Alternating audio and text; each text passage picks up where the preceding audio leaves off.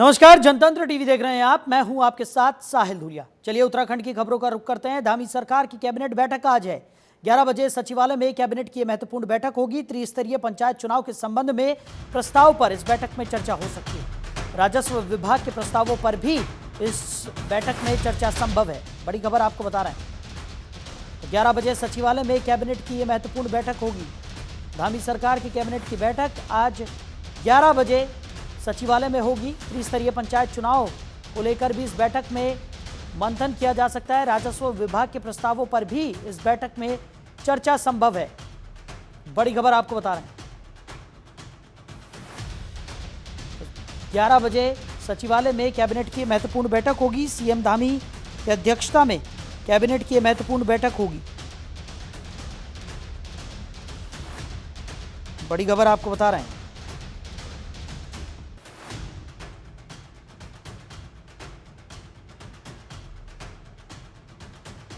CM Pushkar Singh Dhami की अध्यक्षता में कैबिनेट की यह महत्वपूर्ण बैठक आज होगी। वह 11 बजे सचिवालय में यह बैठक होनी है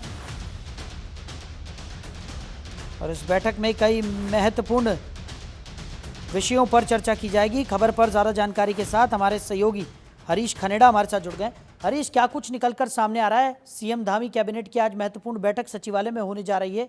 क्या कुछ महत्वपूर्ण मुद्दे रहेंगे इस बैठक में चर्चा जिन पर होगी? और देखिए सही, आज की अगर बात की जाए तो आज मुख्यमंत्री पुष्कर सिंह धामी की अध्यक्षता में एक महत्वपूर्ण कैबिनेट की बैठक होनी है। सभी मंत्री इस बैठक में मौजूद रहने वाले हैं। ठीक 11 बजे देहरादून सचिवालय में बैठक आहूत की गई है और बैठक को लेकर के कई मायने यहाँ पर लगाए जा रहे हैं। काफी महत्वपूर्ण आज की बैठक होने वाली है। चाहे वो तृतीय पंचायत चुनाव के प्रशासकों की नियुक्ति के प्रस्ताव को लेकर के, या फिर हम चुनाव की बात करें तो चुनाव को लेकर के किस तरह से, क्योंकि हाईकोर्ट ने भी कहा है कि जुलाई तक चुनाव हो जाने चाहिए, तो ये माना जा रहा है कि अंत तक तैयारियां इसमें की जाएंगी। तो इसमें चुनाव को लेकर के भी चर्चा की जा सकती है। इसके साथ साथ ही रायपुर जो इलाका है, रायपुर क्षेत्र में जिस तरह से जमीन की खरीद पर रोक लगाई गई है, उसको हटाए जाने पर भी आज प्रस्ताव आ सकता है। साथ ही साथ सेवा नियमावली में और राजस्व विभाग के प्रस्तावों पर भी कई इसमें बैठक में चर्चा की जा सकती है। तो बहुत मायनों में आज महत्वपूर्ण बैठक है और ठीक है 11 बजे बैठक होनी है। बैठक से पूर्व ही बैठक के बाद ब्रीफिंग की जाएगी और ब्रीफिंग में जो तमाम जो बिंदु होंगे जो बैठक में किए गए होंगे उससे मीडिया के सामने उस पर चर्चा की जाएगी। बिल्कुल। और हरीश, हमने देखा भी है कि जब जब इस तरीके की कैबिनेट की बैठक सीएम पुष्कर सिंह धामी की अध्यक्षता में होती है तो कई महत्वपूर्ण विषयों पर चर्चा की जाती है। साथ ही साथ कई महत्वपूर्ण फैसले भी लिए जाते हैं जो कि उत्तराखंड में ज़मीनी स्तर पर उन फैसलों का जो असर है वो भी यहाँ पर नज़र आने लगा है। ऐसे में उम्मीद लगाई जा रही है कि आज जब ये बैठक होगी तो इसके बाद भी कुछ खास ज़रूर इस बैठक से निकल कर सामने आएगा। निश्चित तौर पर देखिए, बिल्कुल आपने बिल्कुल सही कहा कि कुछ खास और भी इसमें हो सकता है, लेकिन कयासों के आधार पर या सूत्रों के आधार पर हम ये कह सकते हैं कि चाहे वो तृतीय पंचायत चुनाव हो, प्रशासकों की नियुक्ति का मामला हो, या फिर इसके अलावा चुनाव कब होने हैं, कब की जाना है, उसको लेकर रणनीति हो, ये तमाम चीजों पर चर्चा होनी है। इसके अलावा रायपुर का जो पूरा क्षेत्र है और जहां पर जमीनों पर रोक लगाई गई थी, जमीन की खरीद पर रोक लगाई गई थी, उसको हटाए जाने पर भी आज कैबिनेट चर्चा कर सकती है। दूसरी तरफ जो उपनियुक्त कर्मचारी हैं उनको यथावत किस तरह से उनको परमानेंट करना है, इस पर भी कैबिनेट चर्चा कर सकती है। क्योंकि अब चारधाम यात्रा भी चल रही है, मानसून भी प्रदेश में आने वाला है, तो इसको लेकर के भी किस तरह से व्यवस्थाएं की जाए, इस पर भी चर्चा की जा सकती है। तो बहुत महत्वपूर्ण आज की बैठक होने वाली है जी। चलिए हरीश, हमारे साथ जुड़ने के लिए, इन तमाम जानकारियों के लिए आपका बहुत शुक्रिया। उधर हरिद्वार में नगर निगम के एक बड़े भूमि घोटाले में सीएम धामी ने कार्रवाई करते हुए जिलाधिकारी, उप जिलाधिकारी और नगर निगम आयुक्त समेत कुल 12 अधिकारियों को तत्काल प्रभाव से निलंबित कर दिया, जिसको लेकर सीएम धामी का बयान भी सामने आया है। उन्होंने कहा कि भ्रष्टाचार को लेकर हमारा स्पष्ट मत है, हमारी नीति जीरो टॉलरेंस की नीति है, किसी भी कीमत पर देवभूमि में भ्रष्टाचार स्वीकार नहीं किया जाएगा। हमारी सरकार भ्रष्टाचार को जड़ से खत्म करने के लिए लगातार कार्य कर रही है और हमने 100 से ज़्यादा नकल के मामले में भ्रष्टाचार को पूरी तरह से खत्म किया है और नकल माफियाओं को जेल की सलाखों के पीछे भी भेजा है। हरिद्वार जमीन घोटाला जैसे ही संज्ञान में आया, तत्काल हमने जांच बैठाई और जांच की रिपोर्ट आते ही भूमि विक्रेताओं के बैंक खातों को सीज किया गया, अधिकारियों को सस्पेंड कर दिया गया। देवभूमि में भ्रष्टाचार को बर्दाश्त नहीं किया जाएगा।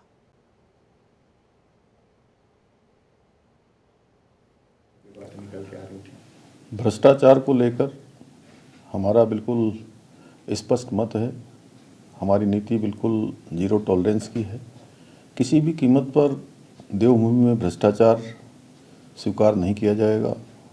हमारी सरकार भ्रष्टाचार को जड़ से समाप्त करने के लिए लगातार काम कर रही है और हमने भ्रष्टाचार को समाप्त करने के लिए 100 से भी ज़्यादा नकल के मामले में फैले भ्रष्टाचार को पूरी तरह से समाप्त करके जड़ से समाप्त किया और 100 से ज़्यादा नकल माफियाओं को जेल की सलाखों के पीछे भेजा। इसके अलावा भ्रष्टाचार के अन्य मामलों में भी 200 से अधिक लोगों को अभी तक 1064 जो हमारा टोल फ्री नंबर है, उस टोल फ्री नंबर पर शिकायत मिलने पर गिरफ्तार किया गया विजिलेंस के द्वारा। हरिद्वार नगर निगम में भूमि खरीद घोटाले का प्रकरण जैसे ही मेरे संज्ञान में आया, तत्काल हमने शासन से एक वरिष्ठ अधिकारी के नेतृत्व में जांच बैठाई, जांच दी उनको और जांच की रिपोर्ट आते ही भूमि विक्रेताओं के बैंक के खातों को सीज किया गया है। उधर हरिद्वार नगर निगम जमीन खरीद घोटाले पर सरकार ने अफसरों पर बड़ी कार्रवाई की है। हालांकि विपक्ष निलंबन की कार्रवाई को नाकाफी बताते हुए सरकार को घेर रहा है। हरिद्वार के देवपुरा चौक पर कांग्रेस ने इस मामले को लेकर धरना प्रदर्शन किया, जिसमें कांग्रेस प्रदेश अध्यक्ष करण महारा शामिल हुए। करण महारा ने कहा कि सरकार ने डीएम, पूर्व नगर आयुक्त और एसडीएम पर कार्रवाई की है। हालांकि इस मामले में और दूसरे बड़े अधिकारी भी शामिल हैं, उन पर भी कार्रवाई होनी चाहिए। करण महारा ने कहा कि भ्रष्टाचार का एक मामला खुला है, जबकि कई और भ्रष्टाचार के मामले खुलने अभी बाकी हैं।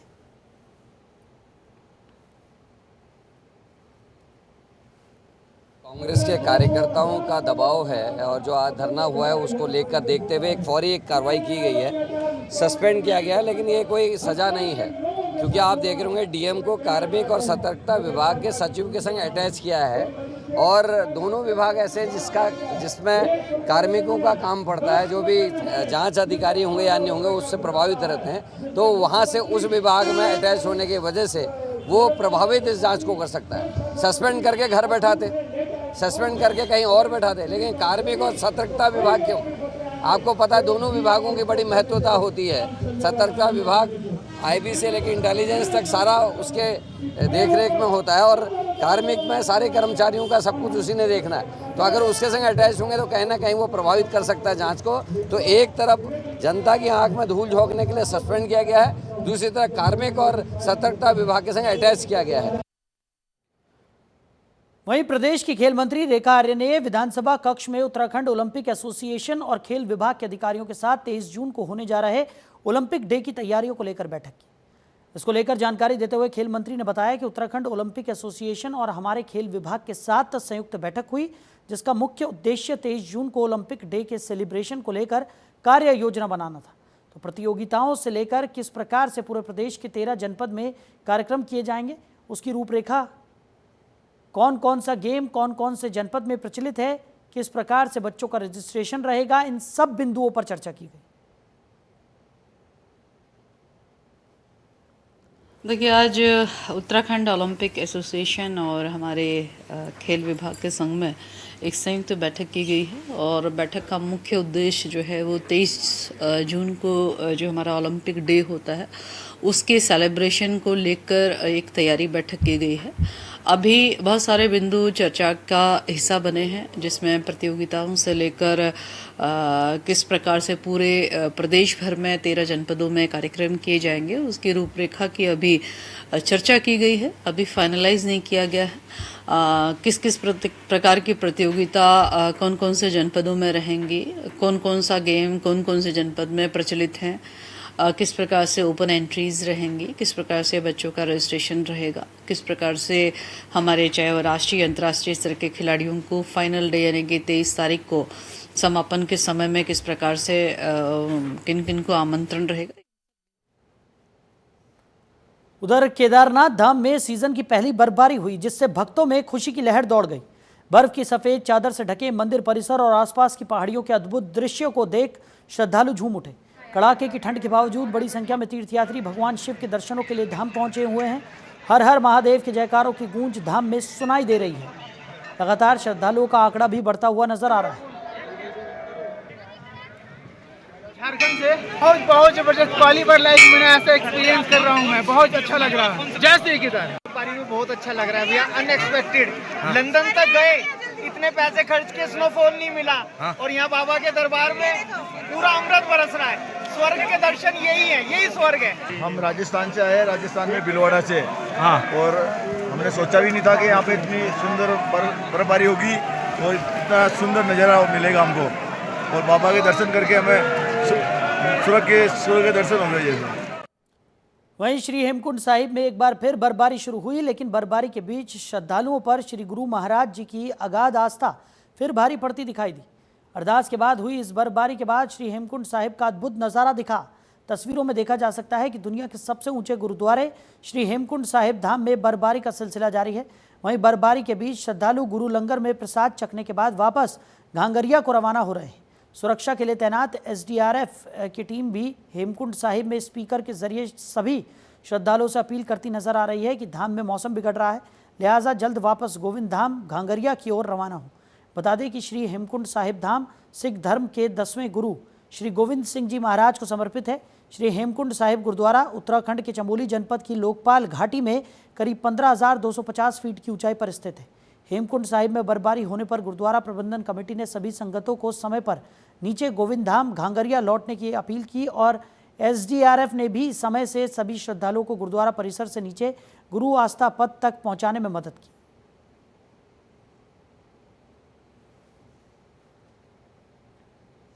उधर नवनियुक्त जिलाधिकारी हरिद्वार मयूर दीक्षित आज कार्यभार ग्रहण करने वाले हैं। आपको बता दें कि आईएएस मयूर दीक्षित वर्तमान में टिहरी गढ़वाल के जिलाधिकारी की जिम्मेदारी के साथ ही पुनर्वास टिहरी बांध परियोजना के निर्देशक और जिला विकास प्राधिकरण टिहरी के उपाध्यक्ष के रूप में कार्यरत थे। अब उत्तराखंड शासन ने उन्हें इन सभी जिम्मेदारियों से मुक्त कर हरिद्वार जिले के जिलाधिकारी की जिम्मेदारी सौंपी है।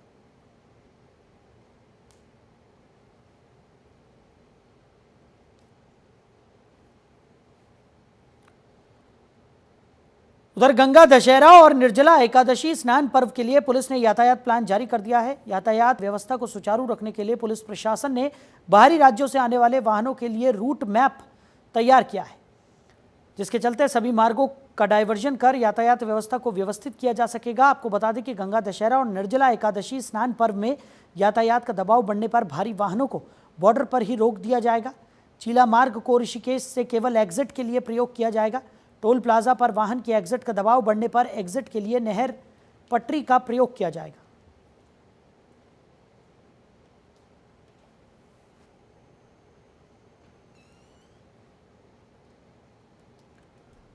उधर पुलिस के ट्रैफिक प्लान से टेम्पो चालक काफी नाराज हैं। टेम्पो संचालित करने वाली यूनियनों ने पुलिस के ट्रैफिक प्लान के खिलाफ आवाज बुलंद कर दी है।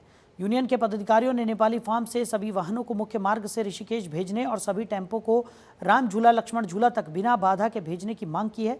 मांग पूरी नहीं होने पर उग्र आंदोलन करने की चेतावनी टेम्पो यूनियनों ने दी है। तो आंदोलन ना हो, इसके लिए देहरादून और टिहरी पुलिस से ट्रैफिक प्लान को मुख्य हरिद्वार मार्ग से संचालित करने की मांग की गई है।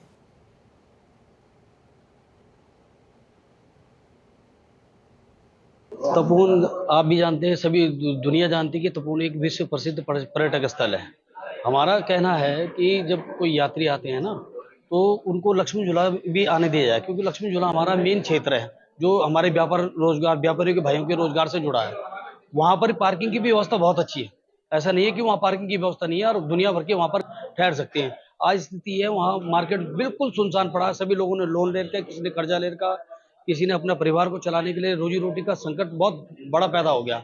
और हमारा मुख्य जो वाहक था ये टेम्पो यूनियन का, टेम्पो जो है लोकल लोगों को ले जाने का काम। हम जो देखते हैं, जो तपोवन, लक्ष्मण झूला, मुनि की रेती, ऋषिकेश में जो पर्यटक आना चाहता है उसको फार्म तिराए से भेजकर फिर रानी पोखरी से नरेंद्र नगर और इस तरीके से अगर घूम के भद्रकाली तक आता भी है, फिर वो उसी जाम में फंसा हो जिस जाम से बचाने की हम उसे कोशिश करते हैं।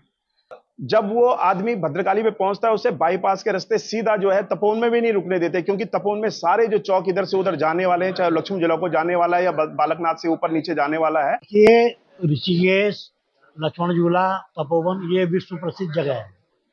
देश और विदेश से लाखों करोड़ों तीर्थयात्री पर्यटक यहाँ आते हैं। हमारा विरोध यह है कि एक तो देहरादून पुलिस प्रशासन उनको नेपाली फार्म से रोक करके 65 किलोमीटर उनको घुमा रहा है, यात्री आते आते टूट जाता है। दूसरा, जो हमारा विक्रम व्यवसाय है, टेम्पो व्यवसाय है, जो गरीबों को लेकर के लक्ष्मण झूला, स्वर्गाश्रम, राफ्टिंग वालों को, होटलर्स को लेके जाते हैं, इन्होंने उसको अवरुद्ध कर दिया है। और बहुत से लोगों की बुकिंग होती है होटल में, राफ्टिंग की बुकिंग होती है, वो हमारे वाहनों द्वारा जाते हैं। लेकिन मैं विशेष रूप से कहना चाहता हूँ, टिहरी पुलिस प्रशासन यदि इसका बस चले तो ये पूरी यात्रा को बंद कर दे। वहीं आगामी ईद पर्व को लेकर हरिद्वार के बुग्गावाला में प्रभारी निरीक्षक ने शांति और कानून व्यवस्था बनाए रखने के लिए शांति समिति गोष्ठी का आयोजन किया। गोष्ठी में प्रशासन द्वारा पर्व के संबंध में जारी दिशा निर्देशों से सभी को अवगत कराया गया और ये भी आग्रह किया गया कि पर्व के दौरान किसी भी प्रकार की अफवाह और असामाजिक गतिविधियों से दूर रहकर पुलिस प्रशासन का सहयोग करें। सामाजिक सौहार्द बनाए रखने की भी अपील की गई।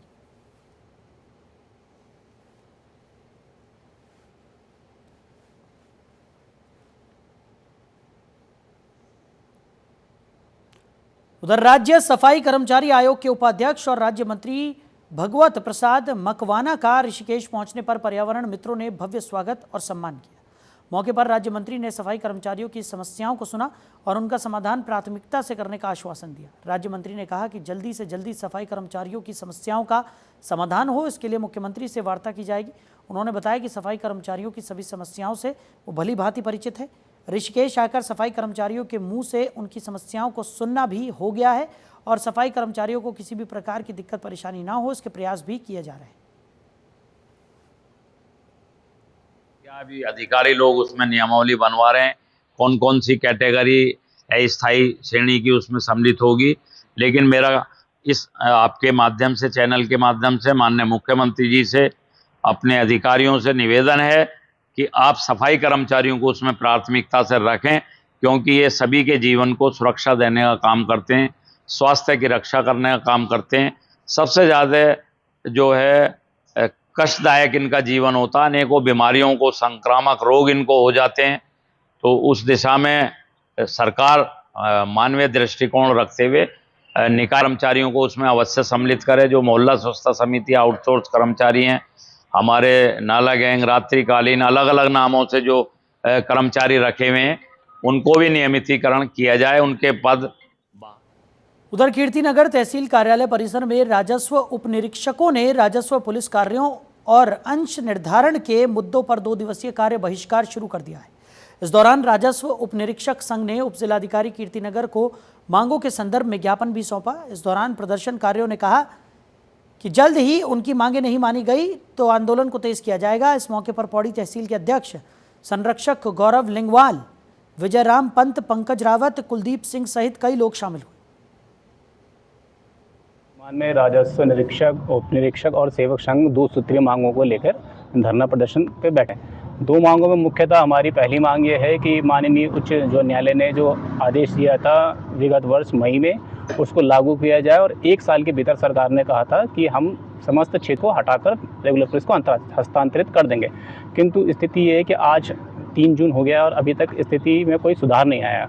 अभी भी वो कार्य हमारी जो आज 2 दिवसीय धरना कार्यक्रम है, ये सबसे पहले पुलिस कार्य के संबंध में और उसके साथ एक हमारा अभी सरकार का नया कार्यक्रम चल रहा है अंश निर्धारण, जो कि कृषक का धरती से चले गए।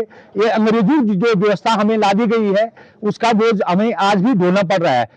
कहाँ आप ये लगा लो, पुलिस तो एक दल है और हमारे जो अधिकारी हैं वो हमसे पुलिस कार्य की तमन्ना एक सिंगल मैन से करते।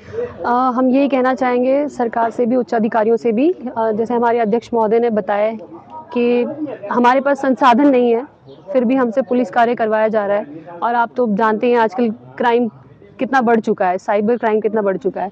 ऐसे हालातों में अब जैसे नई BNS भी आ गया है, उसमें भी कई सारे रूल्स नए हैं जो हम फॉलो नहीं कर सकते बिना संसाधन के। तो हमारे लिए पुलिस कार्य करना बहुत मुश्किल हो गया है। बिना संसाधन के हम चाहते हैं कि मतलब ये काम तो खत्म हो ही जाना चाहिए। अब इसमें कोई शर्त वाली बात नहीं है कि संसाधन मिले तो हम कल पटवारी लोगों ने मिलकर हमें ज्ञापन दिया था कि 2 विषय के ऊपर दिया था। एक तो राजस्व क्षेत्र, राजस्व पुलिस का कितना भी क्षेत्र है उसने अपना कार्य 2 दिन के लिए स्थगित करते हुए संबंधित पुलिस को स्थानांतरण करने का मांग की थी, और दूसरा अंश निर्धारण के बारे में भी बात किया था। इस दौरान आज ऐसा कोई प्रतिकूल परिस्थिति ना हो पाए, इसीलिए दूसरा विभाग को मतलब पुलिस को या बाकी काम करने के लिए अन्य अधिकारी को निर्देश दिया गया है। उधर लंबित मांगों के निराकरण को लेकर पर्वतीय राजस्व निरीक्षण, उप निरीक्षक और राजस्व सेवक संघ ने 2 दिन का कार्य बहिष्कार शुरू कर दिया है। मांग के समर्थन में उन्होंने धरना दिया। जल्द ही समस्याओं का समाधान नहीं होने पर उग्र आंदोलन की चेतावनी भी दी। संघ शाखा अध्यक्ष ने कहा कि शासन को कई बार चेतावनी और हाईकोर्ट के आदेशों का भी हवाला दिया जा चुका है। इसके बाद भी पटवारियों से राजस्व पुलिस का काम वापस नहीं लिया जा रहा है और अंश निर्धारण और सभी तकनीकी कार्यों के लिए चल रही मांगों का निस्तारण न होने से आक्रोश व्याप्त है। संघ से जुड़े सभी कर्मियों ने दोनों मांगों के निस्तारण की सरकार से मांग भी की है। राजस्व निरीक्षक वेद प्रकाश नौटियाल है और ये हमारा प्रांतीय कार्यकारिणी और जिला कार्यकारिणी के आह्वान पे 2 दिन का कार्य बहिष्कार है, जिसमें पुलिस कार्य का बहिष्कार और अंश निर्धारण के लिए पर्याप्त संसाधनों के न मिलने के कारण उसका कार्य बहिष्कार है। उसके बाद जो महासंघ के निर्णय पे आगे कार्रवाई की जाएगी।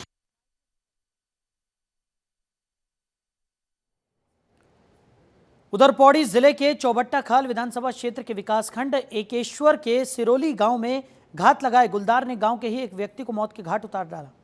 व्यक्ति का शव ग्रामीणों को धड़ से अलग कुछ दूरी पर मिला। घटना के बाद से ग्रामीणों का आक्रोश वन विभाग के खिलाफ बढ़ गया है। मौके पर पहुंची वन विभाग की टीम को ग्रामीणों के आक्रोश का सामना करना पड़ा। गुलदार के हमले के बाद से ही ग्रामीणों में दहशत का माहौल है। ग्रामीणों ने वन विभाग से गुलदार को शूट करने की मांग उठाई है। ग्रामीणों का कहना है कि वन विभाग को शूट ऑर्डर जल्द नहीं मिला तो वो उग्र आंदोलन करने पर मजबूर होंगे।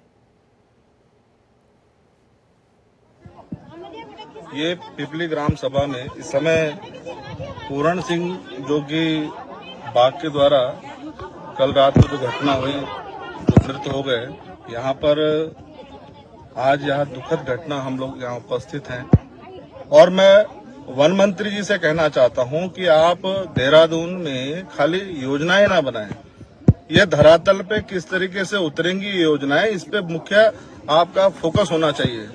आज यहाँ पे पूर्ण सिंह देखिए गर्दन से धड़ अलग हो गया है, सिर अलग हो गया है और पूरे स्थानीय लोगों में एकदम आक्रोश है, डर का माहौल पैदा हो गया। कई हमारे जो लोग हैं बाहर से पुजाई में इस समय गाँव में आ रखे हैं, गाँव में लोग भीड़ इकट्ठी हो रखी है कि हम लोग सब पूजा में जा रहे हैं। दहशत का माहौल इतना हो गया कि अभी किस तरीके से यहाँ पे रहें। तो हरिद्वार के श्यामपुर क्षेत्र स्थित गौरीशंकर पार्किंग की एक झुग्गी में देर रात भीषण आग लग गई। हादसे में एक मासूम बच्चे की मौके पर ही दर्दनाक मौत हो गई, जबकि दूसरा बच्चा गंभीर रूप से झुलस गया, जिसे हायर सेंटर रेफर किया गया है। जानकारी के अनुसार व्यक्ति अपनी पत्नी और 4 बच्चों के साथ झुग्गी में रहता था। घटना के वक्त व्यक्ति और उसकी पत्नी अपनी 2 बेटियों के साथ झुग्गी के बाहर सो रहे थे, जबकि दोनों बेटे झुग्गी के अंदर सो रहे थे। बताया जा रहा है कि सोने से पहले बच्चों ने झुग्गी में मोमबत्ती जलाई थी, जिससे आग लगने की आशंका जताई जा रही है। आग की चपेट में आने से बड़ा बेटा पूरी तरह से झुलस गया और उसकी मौके पर ही मौत हो गई। वहीं छोटा बेटा करीब 30 से 35% तक झुलस गया है, जिसे गंभीर हालत में सेंटर रेफर किया गया है। सीओ सिटी ने प्राथमिक जांच के आधार पर बताया कि आग लगने का कारण मोमबत्ती हो सकता है। हालांकि मामले की जांच जारी है। तो फिलहाल इस बुलेटिन में मेरे साथ इतना ही। आप बने रहिए और देखते रहिए जनतंत्र टीवी।